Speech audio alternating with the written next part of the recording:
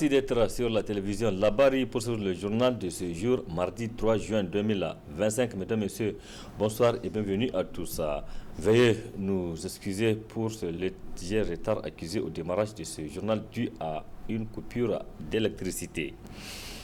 Ouverture ce mardi matin de l'atelier de concertation des acteurs majeurs du secteur privé sur l'insertion de jeunes diplômés. Cette rencontre est organisée par le ministère de la Jeunesse et la Chambre de commerce et de l'industrie du Niger. Et c'est en collaboration avec le programme des Nations Unies pour le développement PNUD, nous précise Nafisa Yahya et Cheb Guissou. Sensibiliser les chefs d'entreprise sur le programme d'insertion des jeunes diplômés, tel est l'objectif principal de cette rencontre initiée par le ministère en charge de la jeunesse et la Chambre de commerce et d'industrie du Niger à travers l'Agence nigérienne de promotion des exportations, ANIPEX. La rencontre de ce matin représente bien plus qu'une simple concertation. Elle doit incarner notre engagement collectif à contribuer à non seulement insérer les jeunes diplômés, mais aussi et surtout les orienter vers les maillons des chaînes de valeur promoteuses dans ce contexte de refondation de notre pays, afin de soutenir efficacement le développement de nos entreprises et la croissance économique. Cet atelier, qui entre dans le cadre du programme d'appui à l'insertion socio-économique des femmes et des jeunes, est soutenu par le programme des Nations Unies pour le développement, PNUD. Nous sommes en train d'offrir plus qu'un emploi. Nous sommes en train d'offrir une vision. Nous sommes en train d'offrir un espoir. Nous sommes en train aussi d'offrir à cette jeune un esprit entrepreneurial.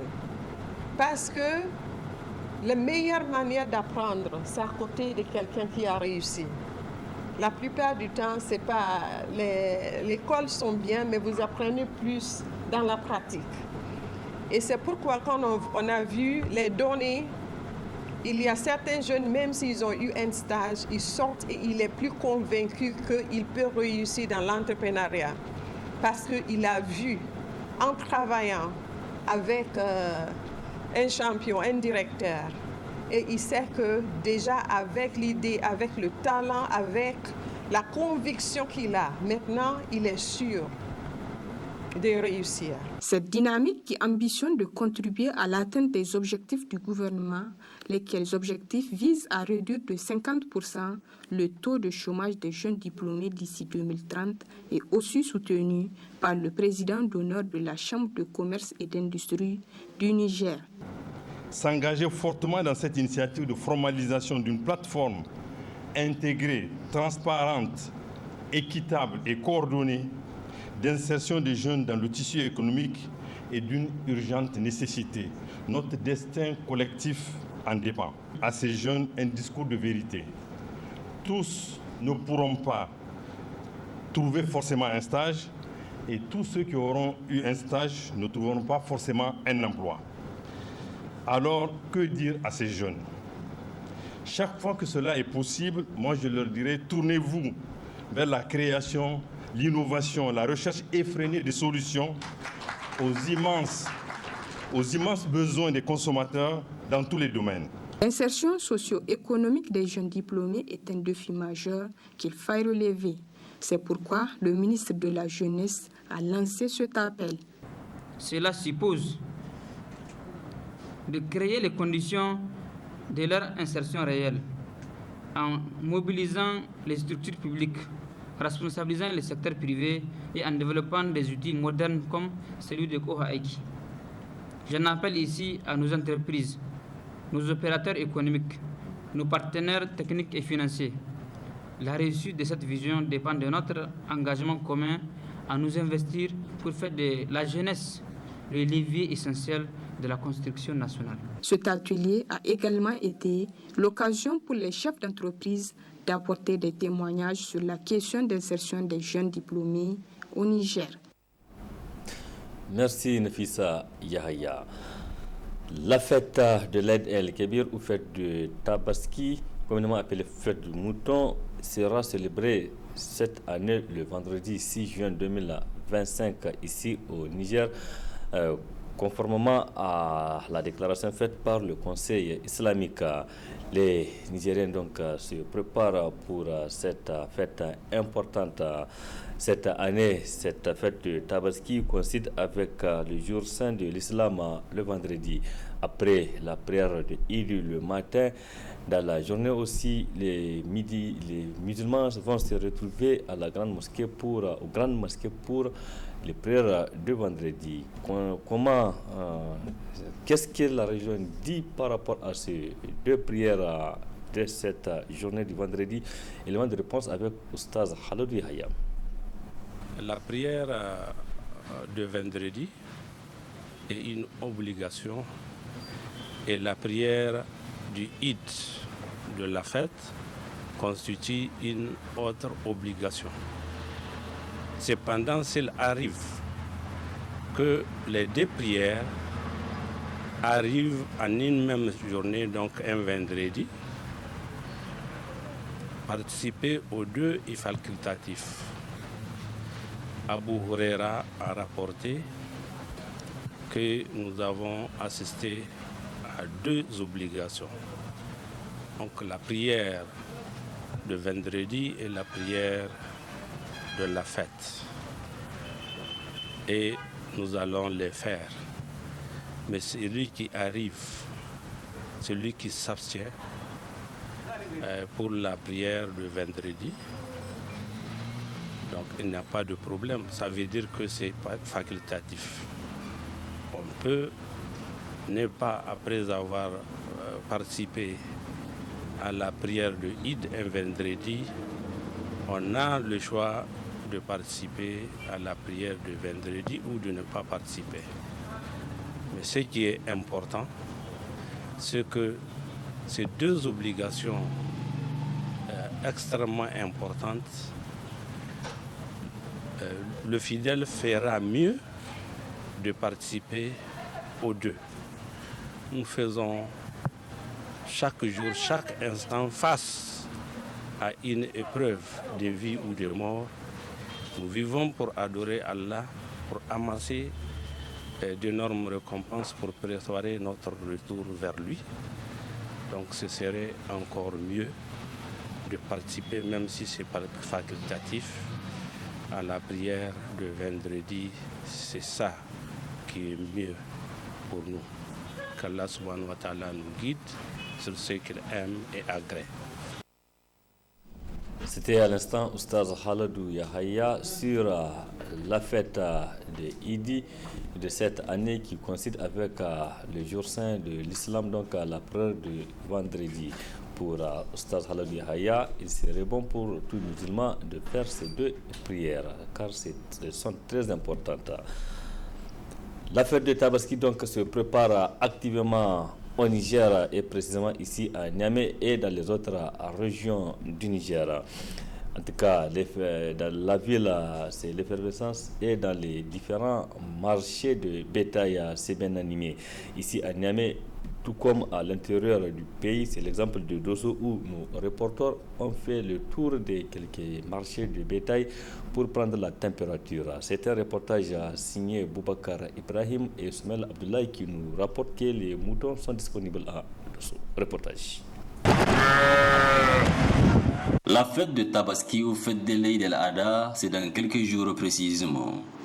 Celle-ci, qui intervient conformément au calendrier hégirien 2 mois 10 jours après celle de Ramadan, recommande pour chaque musulman disposant bien sûr des moyens de consentir à l'immolation d'au moins un mouton. Cela dit, au marché de bétail de Dosso, l'ambiance est plutôt morose bien que les prix varient en fonction des bourses.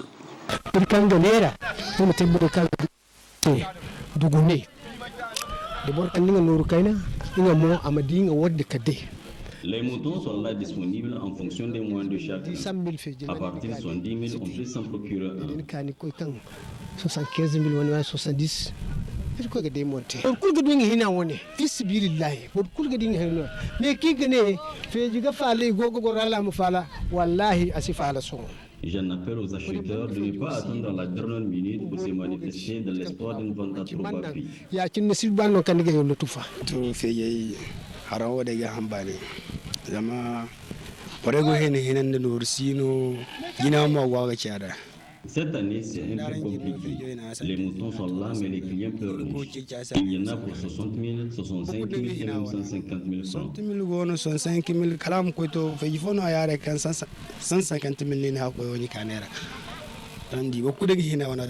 Les clients estiment le prix raisonnablement abordable. Bon, là, je suis d'Italie. Parce que je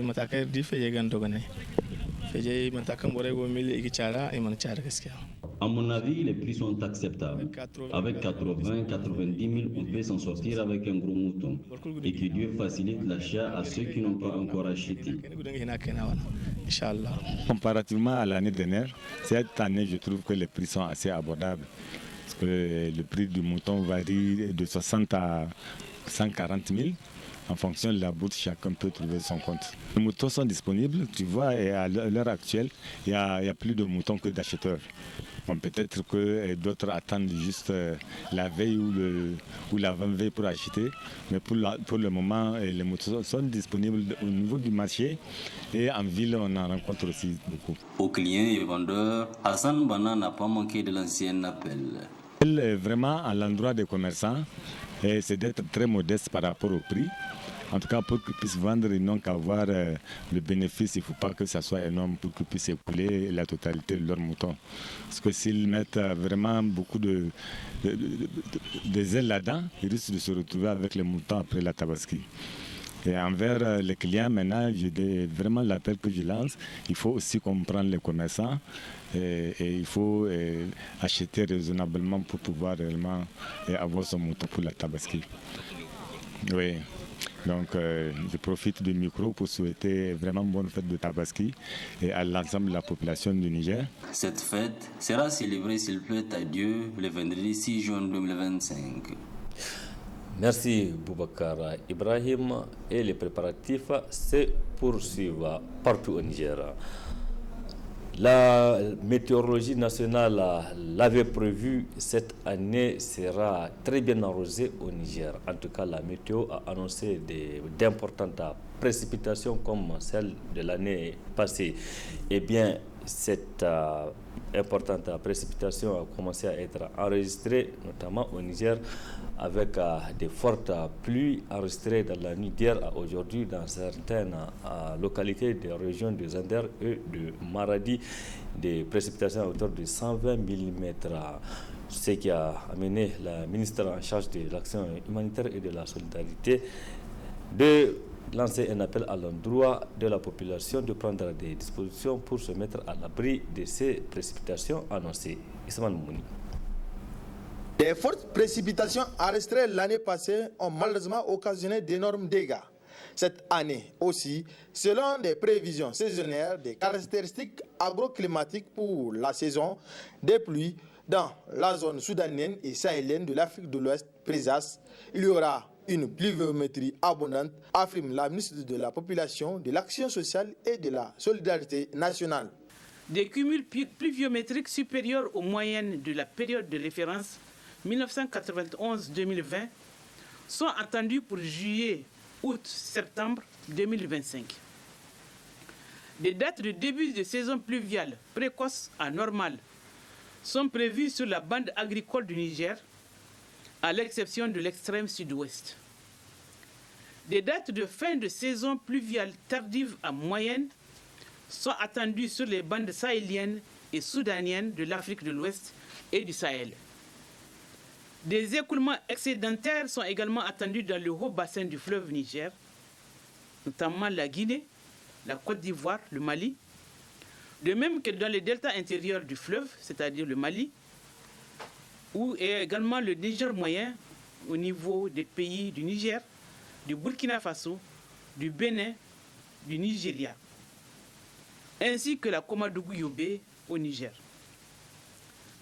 Ces prévisions annoncent un risque élevé d'inondation, à l'instar de celles survenues en 2024, dont les séquelles restent encore vives dans nos esprits.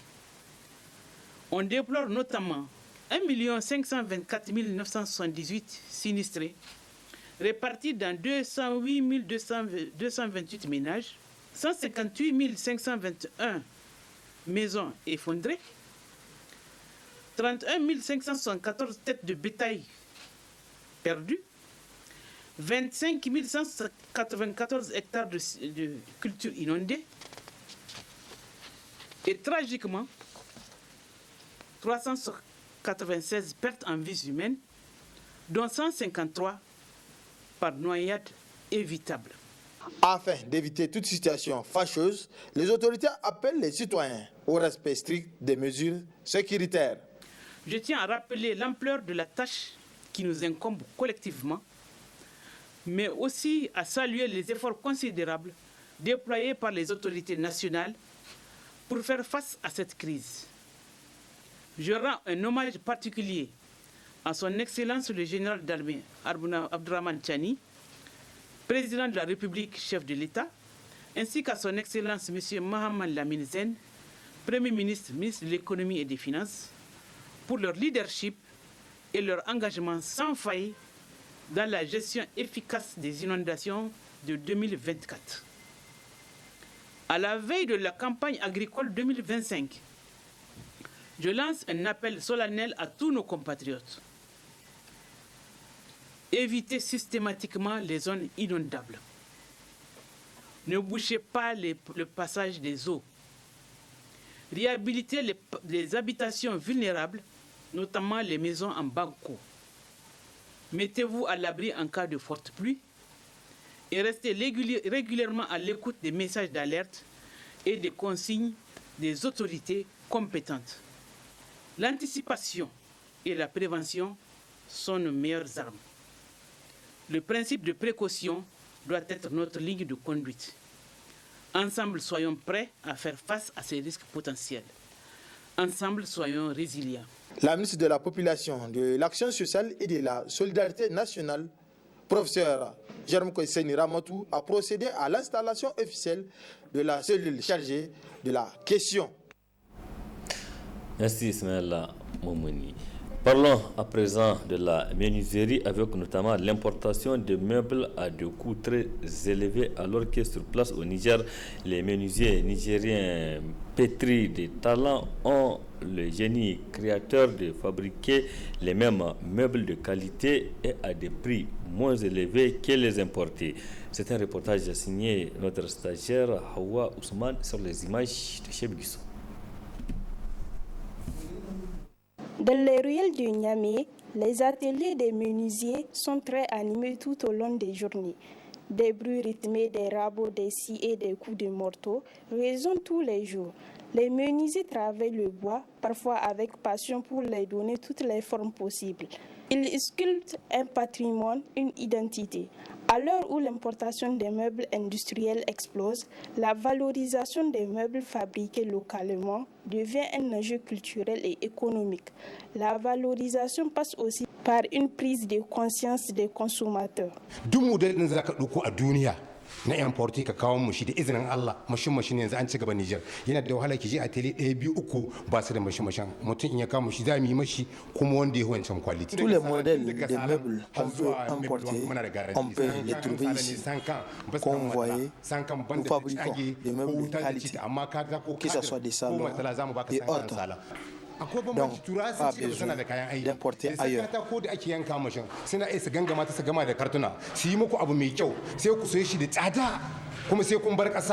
kuma duk kudin za su bar kasar ku mais amma mi da ka zo ka ware utiliser din shi shekara ɗaya shekara biyu banda faduwa babu abin da za ka yi sabanin namu mu in baka ci riba ba baka wada yanzu. On utilise le figure avec les défonceuses et puis on utilise le traditionnel à main. On va déclencher les rabots pour les faire sculpture design. On fait le dessin avec le bic d'abord et après on prend les fers des rabots pour faire les sculptures. Donc le design sort bien. C'est ça, on fait les décorations avec. Il y a des ensembles qui ont 3 battants, 4 battants. Et puis il y a l'ensemble qui n'a pas table base et puis buffet, tout ça. Si on dit ensemble, il y a tout. Buffet, salon, tu vois. Donc ça va dépasser 1 million. Là, il y a ZAC 92. Alhamdulillah. Le modèle importé, il n'y a pas de fabriqué. C'est depuis 1992 que je travaille dans ce domaine. On peut fabriquer des modèles de toutes sortes, meilleurs même que ceux que les gens importent. Ils n'ont pas manqué de lancer un appel à l'endroit de la population de faire la promotion des produits made in Niger. Abin da suke gai cikin biro da abin da suke gai a cikin tele in gaskiya ne su zo cikin inda muke ayyuka su ga ayyuka da muke sallata ma duniya kuma in sun tashi ko za su venir voir aure ko za su ba wani kyauta su zo wajen mu su sayi su ga kwalitin abu mai yanda muka gaya musu haka ne ko ba haka nan bane yayi a dauki kuɗi a kai kasashen waje yan ƙasa ba su karu ba kuma ka so abin da bai da quality mun ci gaba kan gadaje yanzu. Je l'appelle à venir des clients d'encourager de venir chez nous.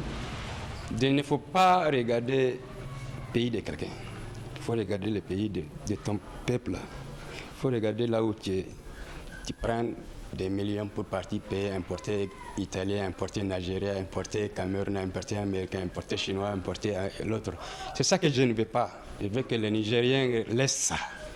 Ça n'a rien. Tu vas payer un matériel d'importer 4 millions. Quand tu as envie de déplacer, pour te déplacer un quartier pour partir à un autre, si on a détaché ça, ça n'attache pas encore. Mais l'autre, si tu vas, il faut déplacer 20 fois. Si on est venu, on va attacher ça bien et puis ça concentre. L'autre emporté, quand tu as pris un lot, tu as fait une erreur, ça touche dedans. Il va commencer à fissurer jusqu'à ça descend. Allah ce ko kirgo tonen bore gare inshallah gwamnati am kabda ne sai fa kamda ngo kirgna am terse kuna bokkuno be station karra bore go amma zarmano garbon zura asku. Je lance un appel à l'endroit des autorités afin de nous aider pour faire mieux et pourquoi pas exporter nos meubles au-delà même du continent. Parce qu'en fond bundo karma fo ago soborum. En fond bundo karma il tonto pirega en fond bundo zombi za pirega quoi. Acheter un meuble fabriqué au Niger par un Nigérien, c'est soutenir l'économie nationale, encourager le travail artisanal et participer à la préservation du patrimoine. C'est un reportage donc de notre stagiaire Hawa Ousmana. Merci pour ce reportage. Point final de cette édition. Merci à vous aussi de l'avoir suivi. Restez en compagnie du programme de la télévision Labari. Excellente nuit à toutes et à tous et bonne soirée. Au revoir.